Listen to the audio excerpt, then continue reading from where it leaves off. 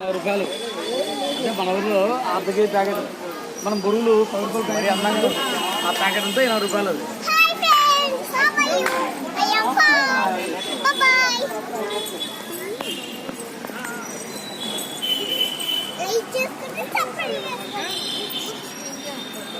మళ్ళీ చెప్పు.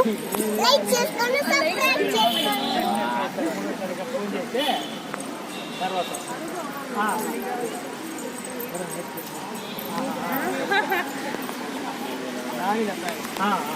సరే సరే పంపిస్తా పంపిస్తా.